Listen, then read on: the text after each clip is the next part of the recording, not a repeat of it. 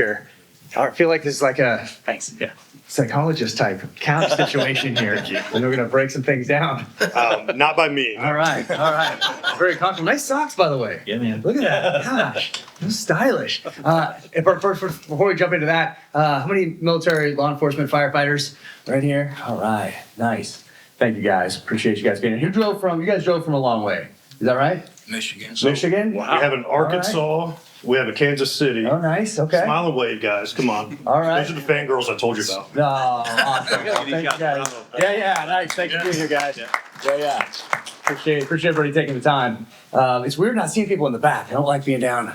I don't know what's going on back there in those corners. So nonfiction, I always knew I'd go into the nonfiction space at some point. I weave a lot of history. For those who have read the thrillers know that I weave a lot of history into those thrillers. On social media, I like to talk about different historical events, particularly terrorist events, try to keep those memories of those events alive. And I was very aware that Tom Clancy moved into the nonfiction space in the early 90s after starting with Hunt for Red October in 1984 and then going on to Red Storm Rising and Patriot Games and Cardinal of the Kremlin and Clear and Present Danger. And then he diversified into the nonfiction space with a guided tour was one of his nonfiction series. The other one was A Study in Command. So when I thought I built up enough political capital with Simon & Schuster to be able to pitch a nonfiction series, I did so. And I told them there's only one person I wanted to work with on it because I didn't want it to be just me reading a bunch of books on the Middle East and terrorism and then regurgitating those books and then kind of giving my analysis of it.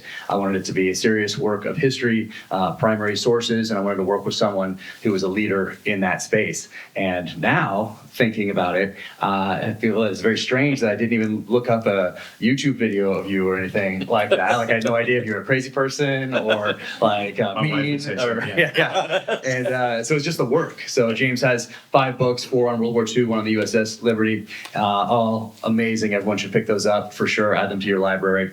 And so I just love the work. And I told my publisher that I wanted to work with James Scott. And they said, we're on a call with my agent and my publisher. And they said, well, who's his agent? And so I went to the latest book. I had it right there. And I was going through the acknowledgments or the author's note. And I said, well, he's thanking some guy named John Glussman. And my publisher starts laughing, Emily Bessler, and she says, well, that's my husband. And, so once again, that was very convenient for me.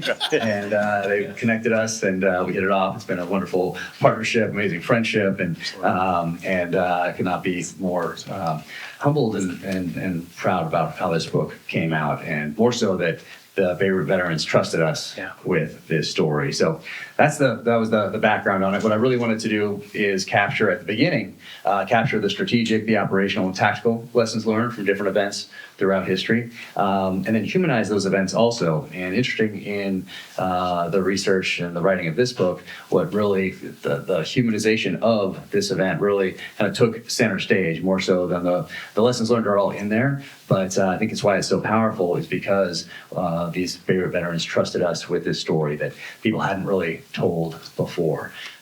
So that was that's the background. That's how we got to be in this room today. Which is phenomenal. And I know the book just came out this past Tuesday, 24th. Yeah. How many people have had a chance to dive into it yet? 1, 2. So I got an advanced copy. Well, at least lie to us. Come on. Yeah, Right. there's a quiz at the end of this afternoon. So they were waiting for today to get the signed copy, right? That's it. I got an advanced copy. I was able to go through it and read about all the events. And you did talk about humanizing the events. We're going to talk a little bit about that. James, I want to shift to you a little bit. You're a Pulitzer finalist, so you're a heck of a writer. Probably made this book actually good for Jack. True. But also a historian attached to it. Can you give a little bit of introduction about other books you've written, everything you've been involved with, and then kind of dive into painting the picture of Beirut before all this happened? Yeah, absolutely. So as Jack noted earlier, and thank you very much for that kind intro, buddy. I'll tell you guys can only imagine how awesome it is when Jack Carr calls you out of the blue and says, by the way, you want to work on a project with me? And I got you at a good time too. Like that maybe talk a little bit about that. The timing worked out pretty. Yeah, actually, it really did. So I had just finished up another project actually on the firebombing of Tokyo at the end of World War II, and as Jack noted, all these lighthearted topics. I'm really a happy guy. Like I've written about like, you know, the atrocities in Manila, the firebombing. I'm working on a book on the atomic bomb now and all that. And so like, you know, but hey, I love puppies and kittens, so I'm really a good guy, right? So no, it's funny because as Jack noted, so my normal editor that I work with, the W.W. Norton, is married to Emily Vessler, who's Jack's normal editor and our editor for this project as well. And so it's funny because when all this was kind of coming together, my editor, I had just signed a contract to write another book on the looking at the 3 days between Hiroshima and Nagasaki, and for I guess for the marital harmony there, my publisher said, John Glussman said, you know what, go ahead, we'll just extend your contract. Go ahead and work on this book with Jack, and then you can come back around when you're done and wrap up this project with us. But it was so funny because during that process, it was kind of the tail end of the pandemic and everything, and so the people working remotely at home, and I was talking to my editor, and he and his wife were both at home, and he said, hang on, I'm going to step outside so I can talk to you in private here. And then he goes to me, he goes, whatever you do, James, don't screw this up. You know, like his home life depended on it. Yeah. He's a wise man. Yes.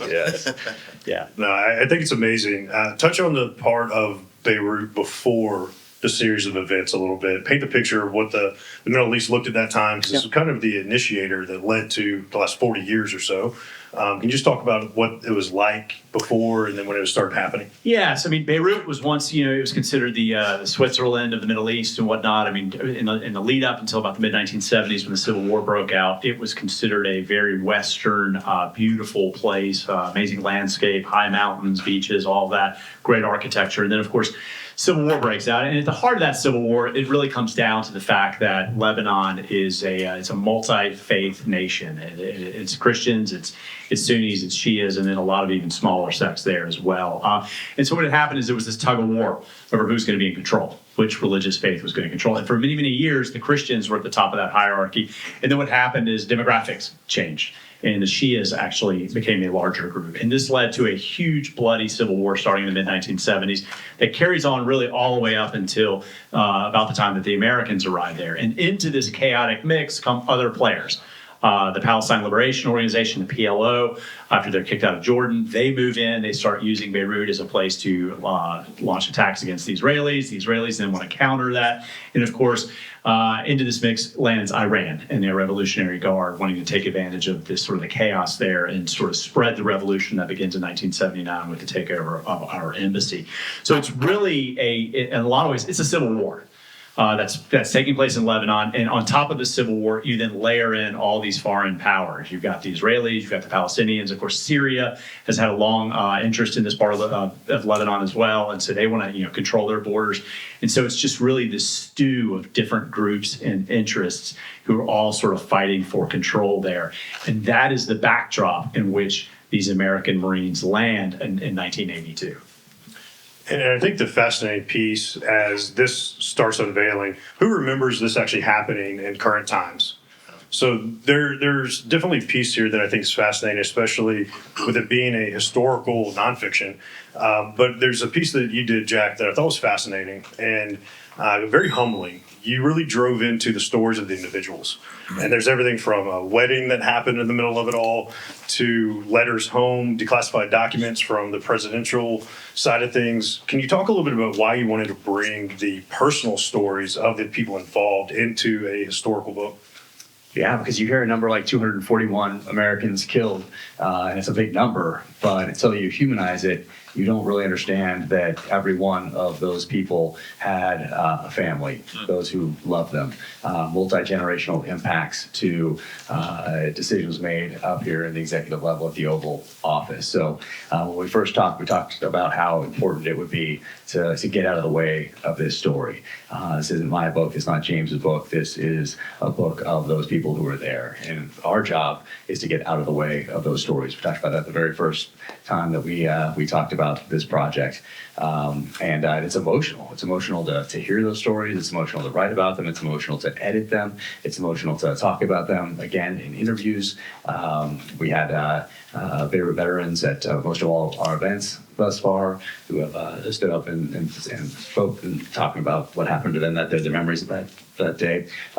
So for me, capturing those lessons, those strategic, operational, tactical lessons, and humanizing this book. But the humanizing part of it is so that people who read this book and eventually make their way up into senior levels in the military or in government or in that bureaucracy realize that when they make a decision up here and it filters all the way down to this lowest tactical level, the last decision maker in this chain that starts with the President of the United States is an 18, 19, 20-year-old kid with a rifle, off safe, finger on trigger, watching a truck approach a checkpoint somewhere around the world and wondering if it's laden with explosives or if it just has bad suspension. But that is the final decision maker in a chain of decision maker that starts with the President of the United States. But the least we can do as authors is to capture that. We're not very good in this country of learning from the lessons of the past and applying those lessons going forward as wisdom.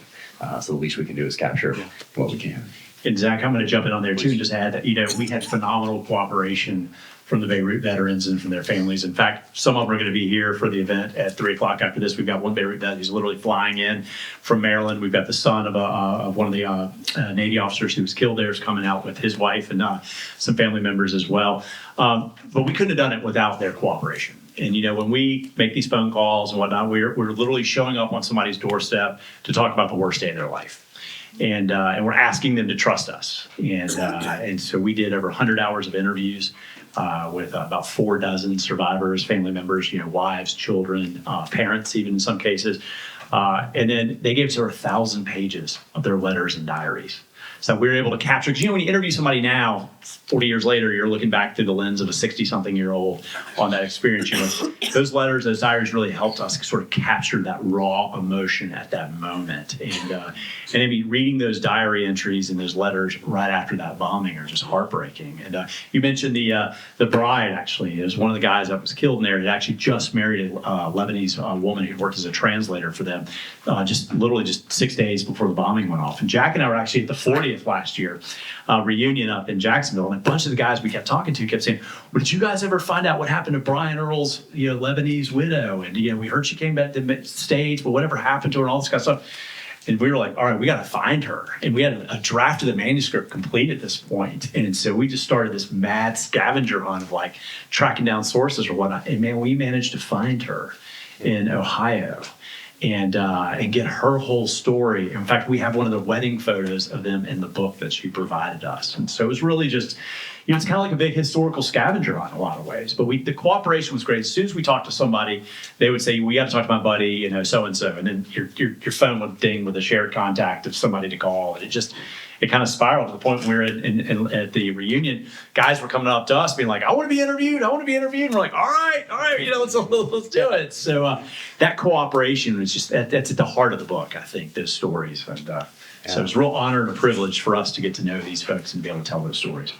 Yeah, a lot of it also is that a lot of them felt, and I'll say generally speaking, but I think it's almost to a person, that the Marine Corps moved on fairly quickly in the aftermath of this event.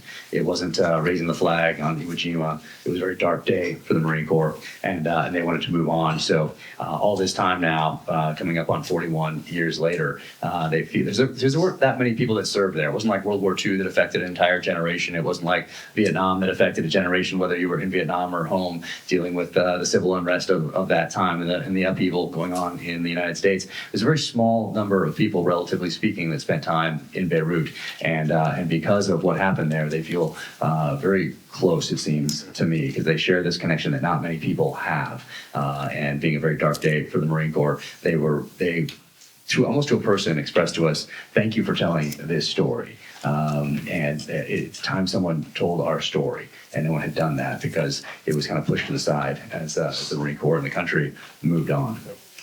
And that hits exactly where I was going to go next with the conversation. A lot of what's depicted in the book, it really focuses on living conditions, the thoughts of the individuals. These letters that they were able to bring into the book really talks about, here's what I'm feeling, here's letters to the family.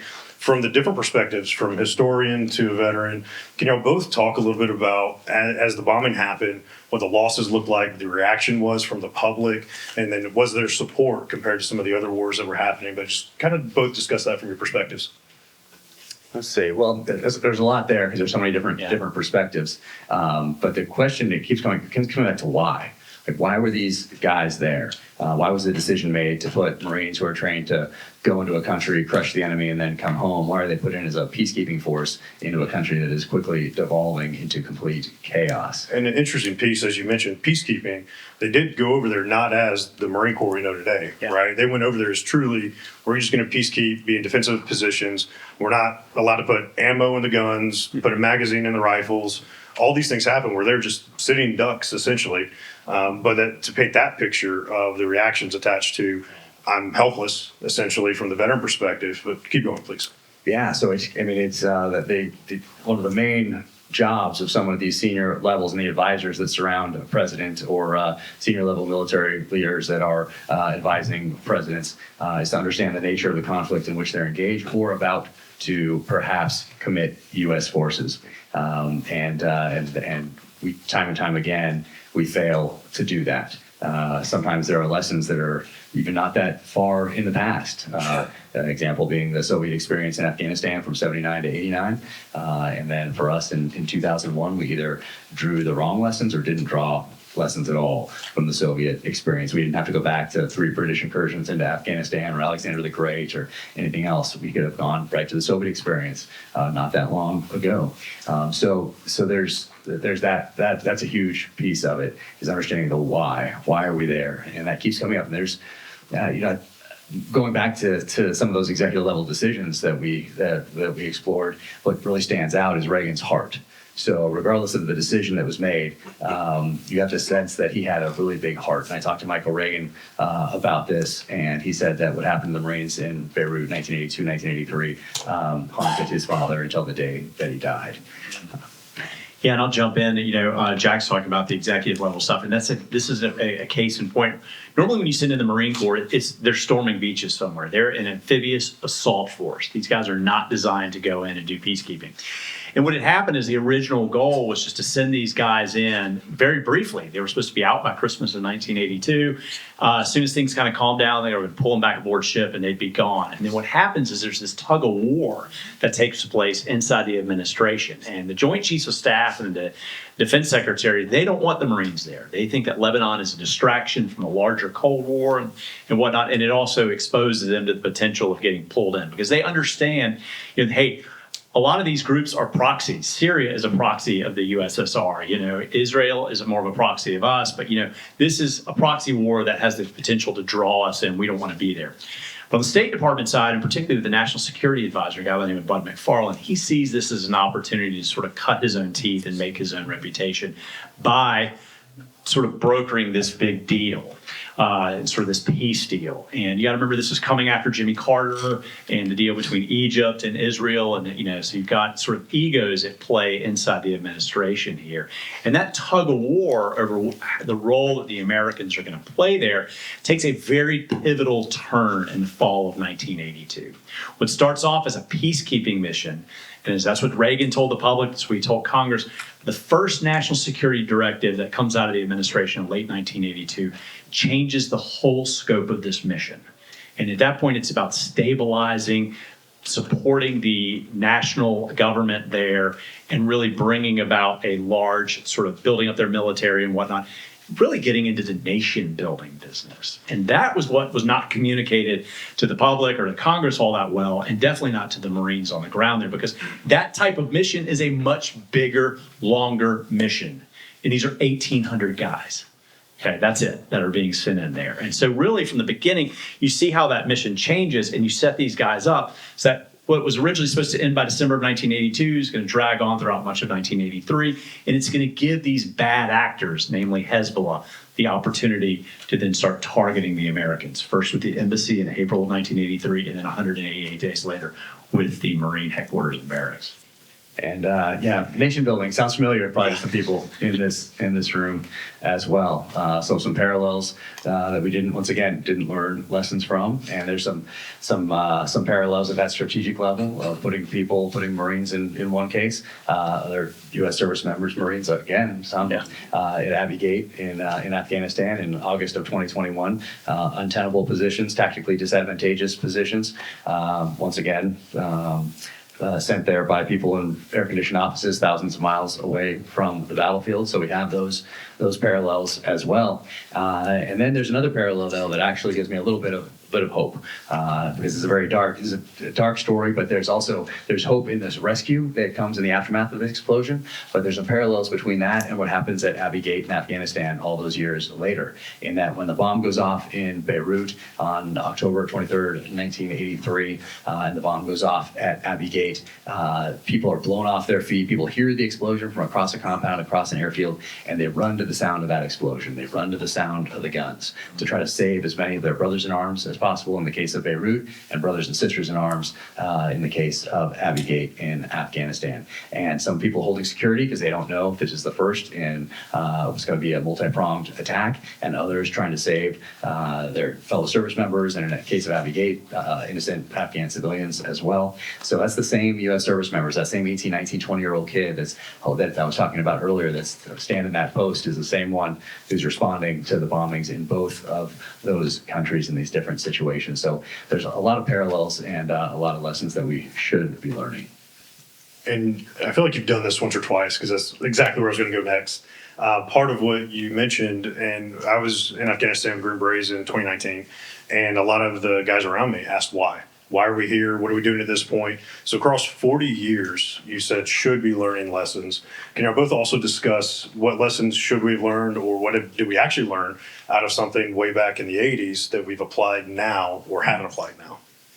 Yeah, well, the broad one is understanding the nature of this conflict and being able to know that the decisions that you make are going to have not just an impact on those people that are there at that tactical level, but their families, and therefore it's going to be multi-generational, whether someone survives or not. So you have to carefully consider before you put U.S. troops on the ground anywhere around the world. You have to really understand the nature of the conflict in which you're about to commit these forces. That's your job. And we continue to fail at that time and time again. So that's probably the biggest overall strategic lesson that I pull from this. And it's one that I think we still fail to learn. Yeah, and I'll say I think one of the biggest lessons, or sort of lessons that came out of this, was actually for Iran. You know, Iran, actually, Hezbollah, you got to remember Hezbollah begins at this time period, 1982. You know, the Iranians send in about 800 Revolutionary Guards, this sort of obscure area, the Bekaa Valley. It's sort of a no man's land in the Wild West in the corner of Lebanon there. They start recruiting disenfranchised Shia to their cause or whatnot. They're the ones behind the embassy bombing. They're the ones behind the Marine barracks bombing. Of course, you know, the U.S., what happens as a result of all this, we eventually are going to pull out. The central government in Lebanon is going to collapse. We're going to pull the troops back aboard ship. We're out of there, and we're never going to retaliate. So the lesson that is learned from that is that, you know, for the inexpensive price of a truck, some explosives, and one life of a recruit, you can actually, you know, derail the best intentions of a world superpower and not pay any consequences. And so all of this is, you know, from you know, this small group of this terrorist incubator in the corner of Bekaa Valley is now Hezbollah, the dominant political party in Israel. In Lebanon, although I think their numbers have been thinned a little bit lately. But in general, you see sort of how that lesson is growing. Iran has taken that with all the proxies that they're using, Hamas, Hezbollah, and that lesson from the enemy side, of course, is that terrorism works. Yeah. Is what they learn, and it works specifically through proxies. And Iran's not the only country or terrorist organization to realize that. Terrorist organizations around the world see that terrorism works. They also set the model. Going back to that first question, that's the reason that I wanted to start with Beirut 1983 and what's going to be a series of books on these different terrorist events, because there's been a lot. And I wrote down when I first started to dive into this, different terrorist events from the end of World War II all the way up to when I first pitched it to Simon & Schuster about 2.5, 3 years ago. And unfortunately, like I said, there was quite a few, but I kept coming back to Beirut 1983 because although there were terrorist events beforehand and there were terrorist events after that, this is the one that really set the model and the paradigm that we would use going forward. And Iran set the rules, and we've been essentially playing by those rules ever since. And maybe there's been a shift just over the past month or so from Israel's side of things, but Israel's been playing by those rules ever since as well. So that's why it was so important to start this series with this event right here, because really of the lessons that the enemy learned and those ones that we didn't. And to move into the final piece, my final question before I just give y'all an opportunity to ask, I'm curious, you mentioned series. what's on the future agenda for Targeted? Where's it going? What's the next iteration? Because I know there's a 2-book a year essentially that you're going on. Well, the original, when I pitched it to Simon & Schuster, that was my idea, was that I'd have the thrillers come out in the spring, the nonfiction come out in the fall, and it would be, so 2 books a year going forward. And then maybe about 2 weeks into it, I called Simon & Schuster back, and I was like, hey, I know what I said, and I know what the contract says, but it's going to be 2 years at least between these things in order to do these justice. Because you can't just make it up. Like, I can make up the thrillers. I can just sit down and make it up. And if I make a mistake, I can say, hey, it's fiction. But you can't do that here. You can't do that in a nonfiction, especially when you're dealing with a situation like this, where you have family members who lost loved ones who are still alive. You have those guys who are digging their buddies out of the rubble with their bare hands, K-bar knives, maybe a shovel or a crowbar if they can find it. So it has to be done right, and no cutting corners. So is there a book? Is there the next book in the series? Yes, and we are working on it now, but the topic is still classified. For now.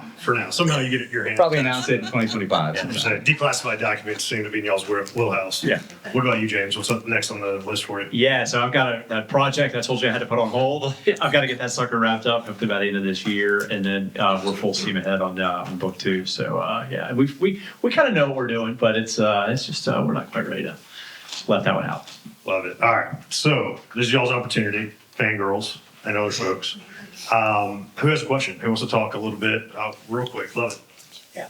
Yeah, I have a quick question.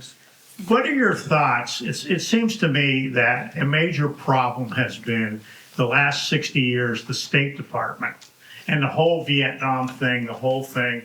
What is your thoughts about how that can get changed and the interplay between the State Department, the Defense Department, and then also the CIA and things? Have you noticed any sort of change, or do you expect any sort of change trying to learn from the past?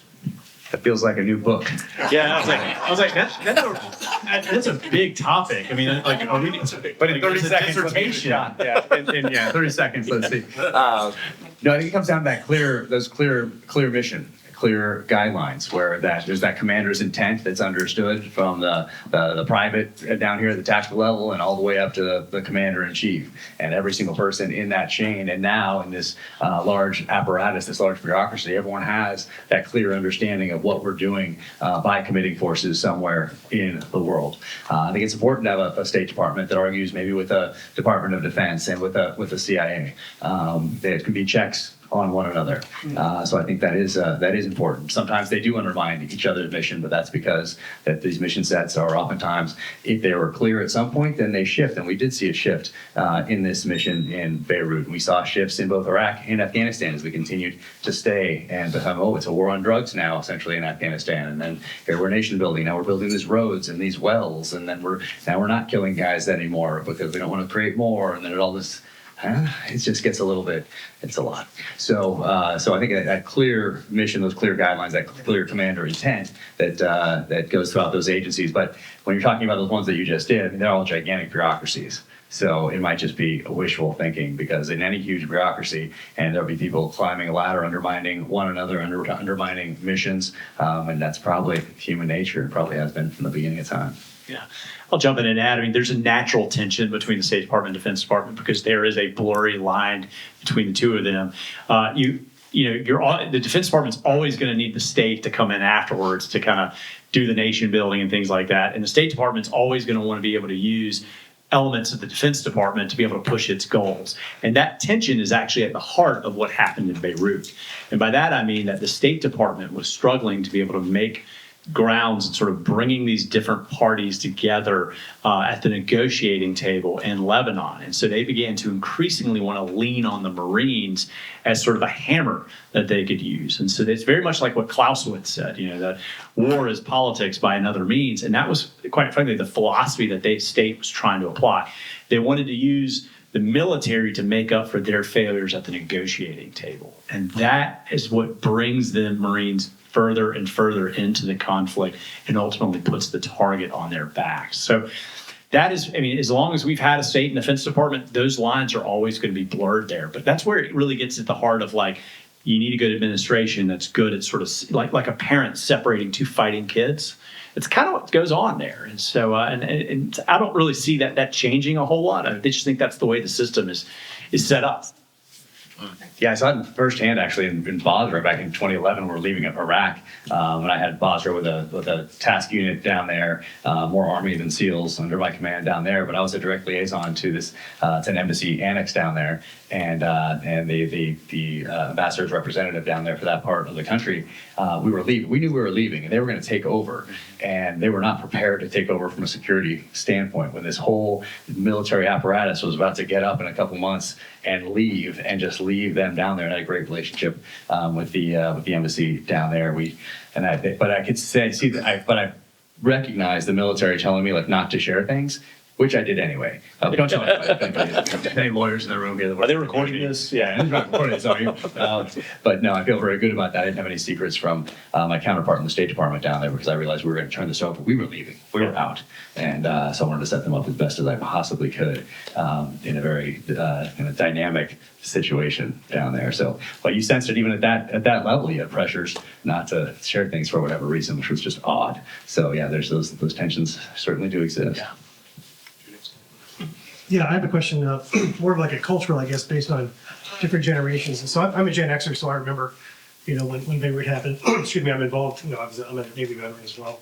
But it occurs to me that there's really two new modern generations between millennials and Gen Z, where the United States has been at war for their entire lives, right? So for those generations, it's kind of more of just normal, right? We're at work. We've always been at work since I've been alive. How do you speak to that generation? How do you feel like the work that you're working on kind of adds that additional context? Do you feel that there's an appetite from those generations that don't know a time where the United States wasn't at war and it just wasn't just a normal thing? Does that make sense, that question?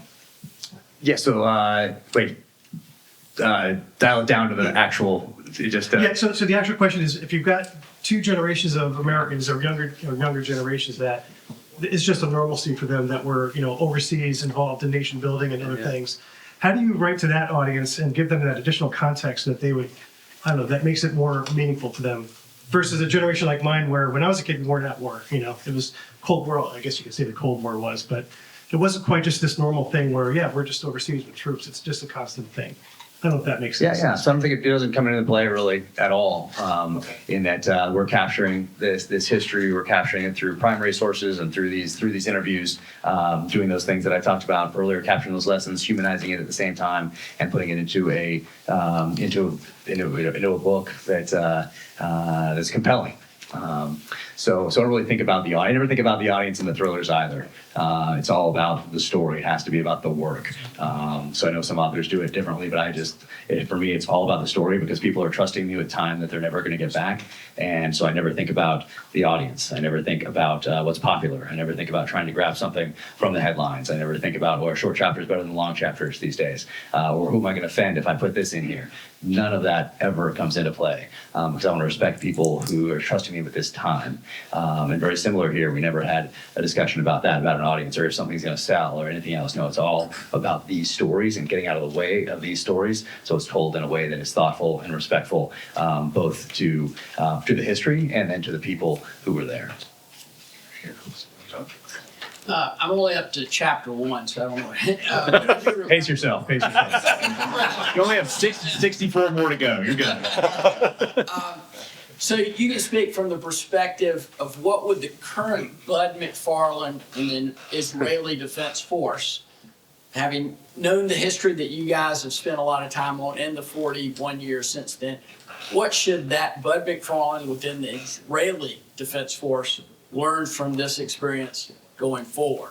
Very interesting question. Let me ask you. Let me ask you. What was the connection to Bud McFarland? Why did you choose him? Just because he was involved at this time at the White House. Yeah. He's the policy guy speaking into the ear, right or wrong. Yeah, interesting guy for those who don't know the backstory. But I'll let you take through this one. Yeah, so Bud McFarland was National Security Advisor, and he was a Kissinger acolyte. And he very much, he worked for Kissinger. He has sort of studied under him, and he very much wanted to emulate him in a lot of ways. But he was no Henry Kissinger, and he got out over his skis.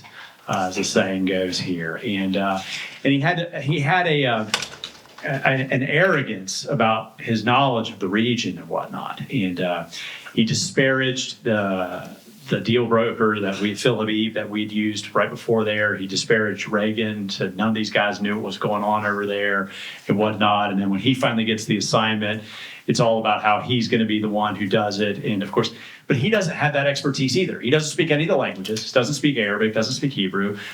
He's a policy wonk, is what he is. And he's coming in, and of course, as Jack was saying earlier, how Afghanistan has confounded empire after empire.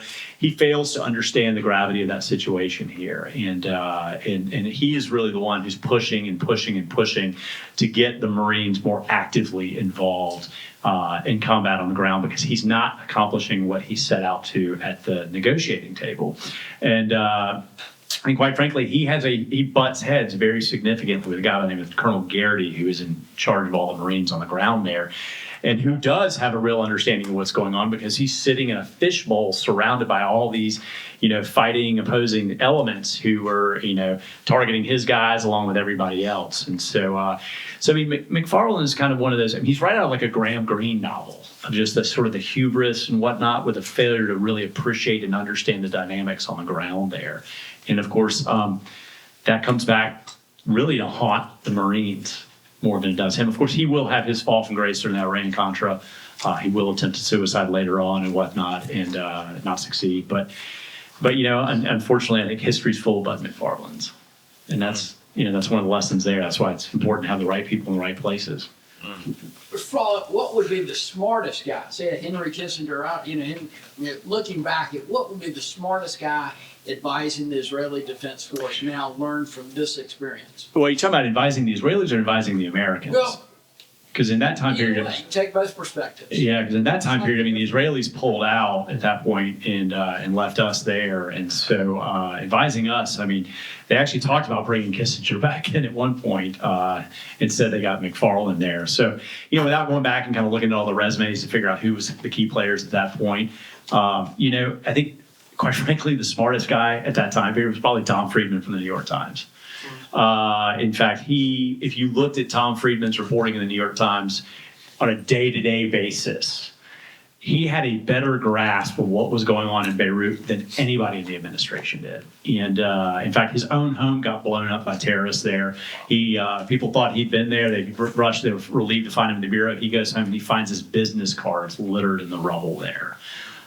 He won, I think, his first Pulitzer Prize in Beirut. So I think Tom Friedman probably had his finger on the pulse better than anybody there. And quite frankly, they should have probably been bringing him into Washington to brief him. And we actually had the opportunity to correspond with Tom Friedman recently. And I told him that. I said in an email, I said, you think you had a better grasp of what was happening in Beirut than anybody in Washington did. That's probably why he wrote me back, because I complimented him. But Wise. But yeah. Nice. But you were talking about if there's a Bud McFarland type in Israel. Is that what you're talking about? Yeah. It's that imperial hubris that trips us up time and time again. Just being wary of that, and being aware of it. I think that's like with most things in life. That first kind of that baseline is being aware of something and then taking actions to correct. So I want to give us a few minutes to mix and mingle and have a little bit of one-on-one time with Jack and James. Before I wrap this up, let's give them a round of applause.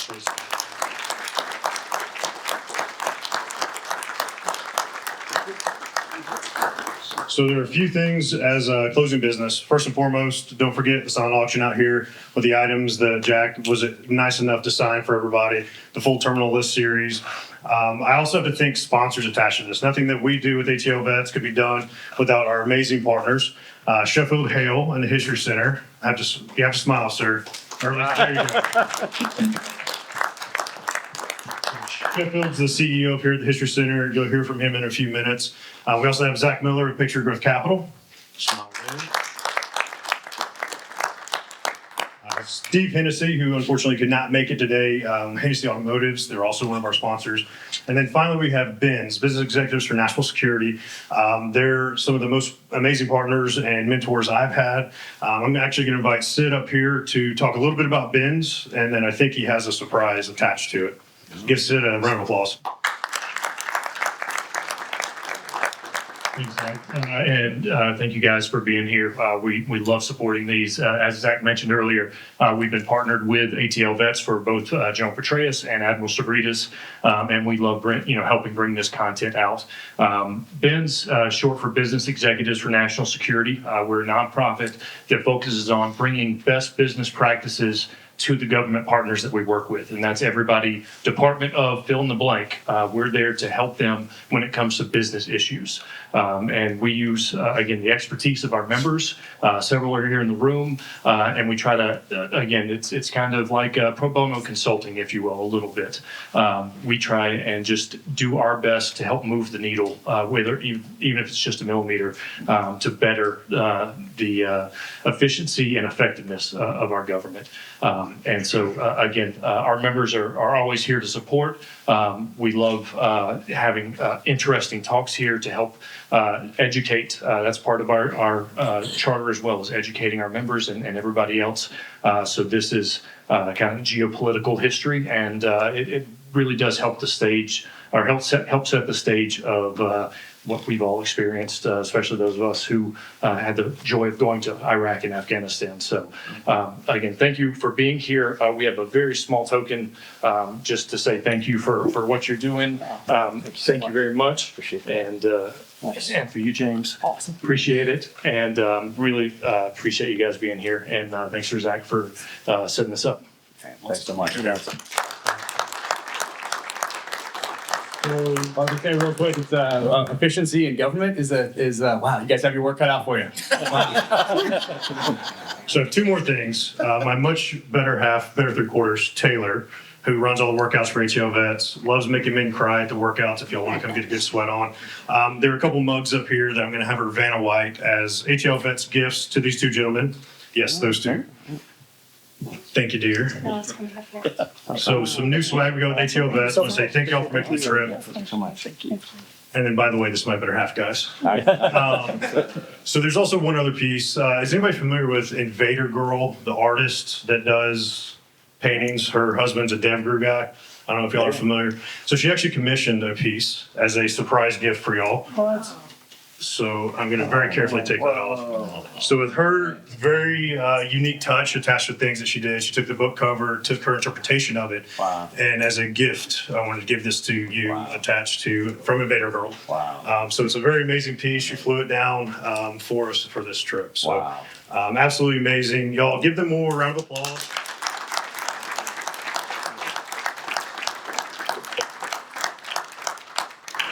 Grab more food. Again, I can't take it home. Grab another beverage. We have about 10 or 15 minutes with these two gentlemen before we whisk them away. So please mix, mingle, and come say hello. Awesome. Thank you guys. Appreciate it. Absolutely. Yeah, Thank yeah. you. Thank you so much.